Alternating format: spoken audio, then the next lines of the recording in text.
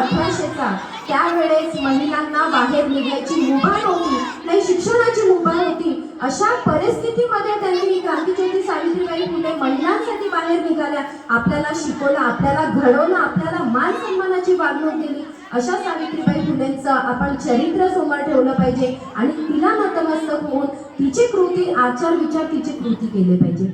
आणि मला घडवणारे असे या मंचावर उपस्थित माझे मिस्टर प्रवीण खानजोडे, खरोखर मला काहीच येत नव्हतं.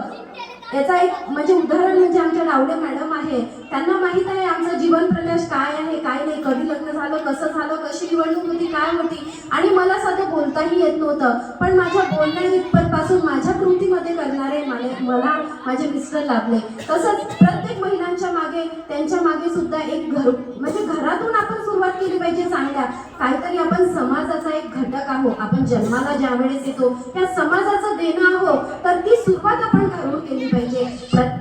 प्रत्येक पुरुषांनी महिलांच्या पाठीमागे राहायला पाहिजे आणि प्रत्येक महिलांनी पुरुषांच्या सोबतीला राहिलं पाहिजे, तरच आपलं मुलं घडू शकतात. कारण की ही परिस्थिती एवढी बिकट आहे. ज्यावेळेस जिजाऊ माऊली ज्यावेळेस गर्भवती होत्या, त्यांना शिवाजी महाराज जेव्हा त्यांच्या गर्भात होते त्यावेळेस त्यांना डोहाळे कशाचे लागत होते, तर त्यांना तलवार चालावं वाटत होती, त्यांना घोड्यावर स्वार व्हावं वाटत, त्यांना पिझ्झा खावं वाटत नव्हतं, त्यांना नूडल्स खावं वाटत नव्हतं. म्हणजे जे आपण विचार करतो, जे आपण कृती करतो, ते आपले मुलं आपल्यासमोर घडतात. म्हणून आपण काय विचार करतो, आपण कृती काय करतो, आपण घडवतो कसं आहे, हे सगळं आपल्या हातात आहे. महिलांनो, आपले मुलं आहे, हे आपलं जीवन आहे पुढचं. ज्या काही महापुरुषांनी घडवलं आहे, ज्यांनी जे काही इतिहास घडवलेला आहे, तथागत गौतम बुद्धांचा काळ बघा, 4000 वर्षाच्या मागे बघा, त्यावेळेस ज्यावेळेस त्यांचे भिक्खू संघ होतं, त्या भिक्खू संघामध्ये पण पुरुष आणि स्त्री ही समानता होती.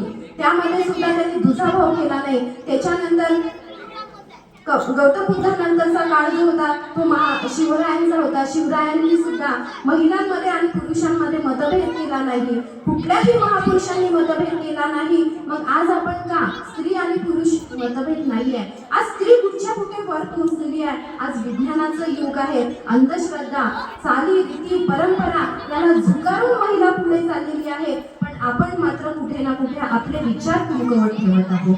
ही मुलगी आहे, या मुलीला कसं वागलं पाहिजे, या चौकटीच्या बाहेर त्यांना जगू द्या, त्यांना मुक्त संवाद करू द्या, त्यांना शिक्षणाचं महत्त्व पटू द्या. हो, काही अटी आवश्यक आहे. जीवन जगताना आपण चौकट आहे आपल्याला, तर चौकटीत आपण राहिलो पाहिजे. फक्त फॅशन आणि स्कूटरवर बसून फक्त टूर करणं हेच आपलं जीवन नाही आहे. आपल्या मुलांना घडवताना आपण काय करतो, आपण एक महिला म्हणून कसं